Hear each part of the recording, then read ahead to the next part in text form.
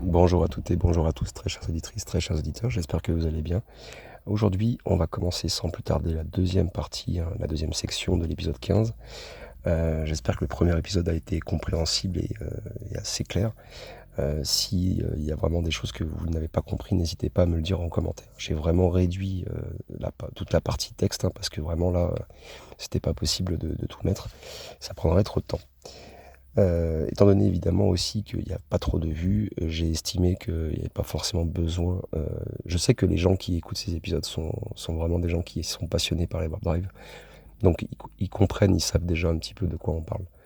C'est pour ça que je me suis pas trop attardé à trop décrire. Si eux-mêmes ont besoin, si vous-même vous avez besoin de plus de précision ou d'informations, vous me le dites en commentaire. Allez, c'est parti. Donc déjà, après avoir introduit les bases des simulations numériques, on va explorer maintenant un petit peu leur application pratique dans la modélisation de systèmes complexes. Et ça, c'est essentiel, vous allez vite le comprendre, dans les domaines de la dynamique des fluides et des interactions particulières. Donc déjà, il y a la dynamique des fluides qu'il faut un peu préciser. Les simulations numériques en dynamique des fluides, donc CFD, sont vitales en fait pour étudier le mouvement des liquides et des gaz dans des conditions extrêmes. Et ces modèles sont particulièrement utiles dans l'aéronautique, la météorologie ou l'astrophysique.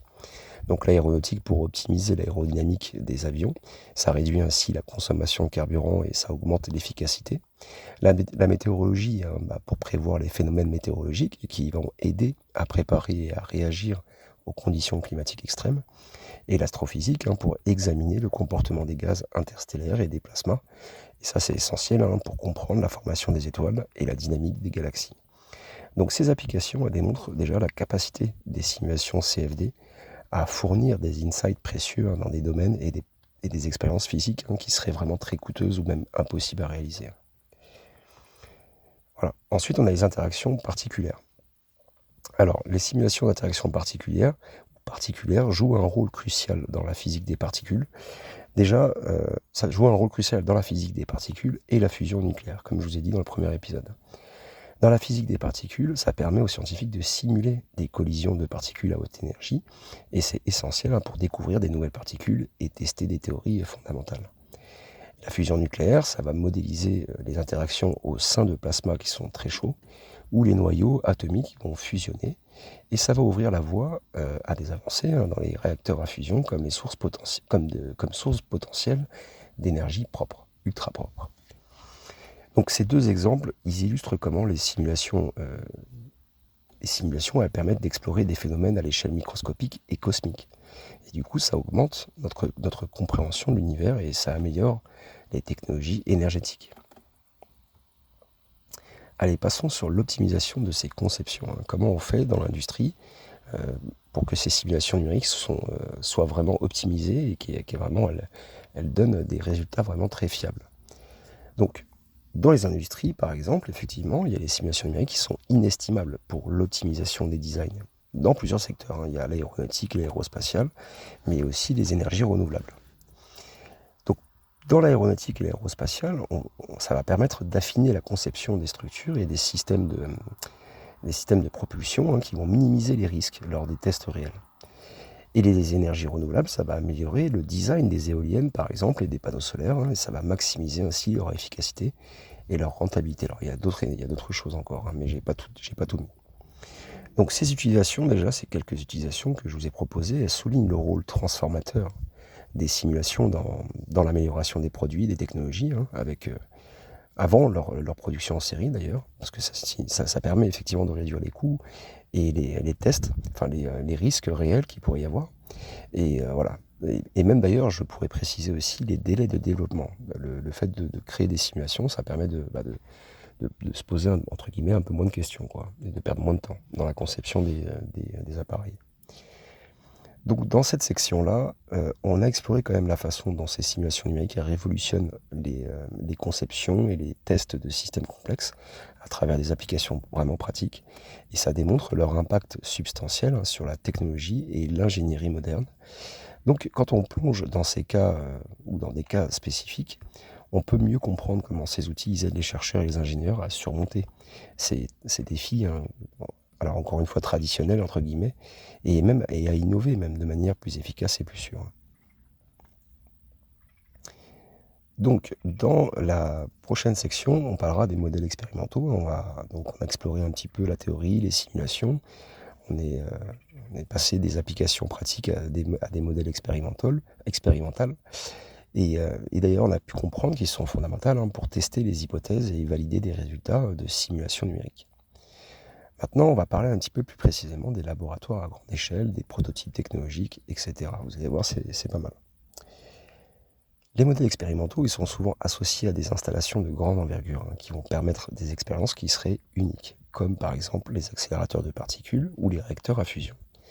Donc par exemple, il y a le LHC au CERN qui permet aux scientifiques de simuler les conditions juste après le Big Bang, et ça fournit des insights et des informations vraiment très précieuses sur les particules fondamentales et les forces fondamentales de l'univers.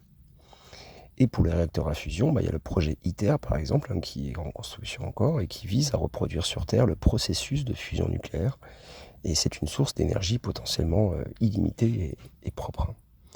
Donc ces installations, c'est pas seulement des prouesses de l'ingénierie, elles sont vraiment essentielles pour avancer dans notre compréhension des lois fondamentales de la physique et même développer des technologies énergétiques vraiment révolutionnaires. Et là, on va parler d'un autre sujet qui est vraiment incroyable aussi, qui mérite... c'est là que j'ai passé énormément de temps aussi à décrire certains prototypes technologiques. Parce que, outre les laboratoires de recherche fondamentale, il y a les modèles expérimentaux. En fait, ils incluent également le développement et le test de prototypes technologiques, comme les aéronefs et les vaisseaux spatials et les dispositifs énergétiques. Alors là, je vous assure qu'il y a de quoi dire, mais bon, j'ai très réduit, parce que sinon, on y passerait des heures.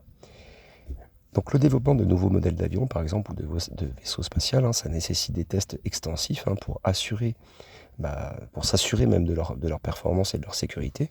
Et les prototypes, ils sont soumis à d'innombrables essais dans des conditions réelles pour valider les simulations et ajuster un peu les designs. Et après, il y a les dispositifs énergétiques. On va évaluer des nouvelles technologies de batteries, de panneaux solaires et de turbines éoliennes à travers des prototypes, et ça aide à comprendre un peu leur comportement sous différentes conditions environnementales et même à optimiser leur efficacité. Donc d'ailleurs, même sur les batteries, si ça vous intéresse, j'ai fait 2-3 épisodes, je crois, dessus, où j'ai vraiment poussé le sujet très loin. Si ça vous intéresse, n'hésitez pas à y aller. Et j'ai pas parlé précisément des turbines et des éoliennes, mais les panneaux solaires, j'en parle un petit peu aussi. Donc vous voyez qu'un petit peu quand même, ces prototypes-là, il y en a bien d'autres, mais ils se contentent pas de valider les théories, ils innovent et repoussent les limites de ce que la technologie peut réaliser. Ouais, désolé pour la voiture, j'ai pas pu couper correctement. Il y avait la voiture qui est passée, je n'ai pas pu couper. Allez, pour finir l'épisode, ce deuxième épisode, on va parler des expériences en milieu extrême. Donc finalement, les modèles expérimentaux, ils jouent un rôle crucial dans les environnements extrêmes, par exemple comme l'exploration spatiale et les environnements subaquatiques. L'exploration spatiale, donc on a les missions spatiales, qu'elles soient robotiques ou habitées, c'est vraiment des ultimes tests pour les technologies dans des conditions extrêmes de vide, de radiation et de température. Et ces missions fournissent des données vitales sur la durabilité et l'efficacité des technologies en dehors de l'atmosphère terrestre. Et après, il y a l'environnement subaquatique. Il y a des technologies qui sont testées dans les profondeurs océaniques, qui vont simuler des conditions, qui peuvent être analogues à celles rencontrées sur des lunes glacées d'autres planètes, par exemple. Et ça fournirait ainsi des données précieuses pour la planification de futures missions d'exploration interplanétaire. Donc quand on intègre un peu les résultats de ces expériences à grande échelle, technologiques et en milieu extrême, les chercheurs et ingénieurs ils peuvent affiner les modèles numériques, optimiser les designs et anticiper les défis qui seront qui vont arriver, qui seront futurs. Ça va garantir ainsi le progrès continu dans les domaines de la science et de la technologie. Voilà, dans cette section et dernière section de cet épisode, on a illustré un petit peu comment les modèles expérimentaux transforment la théorie en pratique tangible. Ça valide et enrichit notre compréhension scientifique à travers des tests empiriques rigoureux et précis. Ils sont le pont entre l'imagination et la réalité, qui est essentiel pour confirmer la viabilité des innovations technologiques et scientifiques. Et leur contribution, elle est cruciale pour s'assurer, et pour assurer même, que les avancées théoriques se traduisent par des applications réelles et bénéfiques. Voilà. Dans le prochain épisode et dans la prochaine section et dernière section, enfin il y en a 2 autres encore, On va conclure cet épisode en résumant un peu les impacts de ces outils et en préparant le terrain pour de futures découvertes et innovations.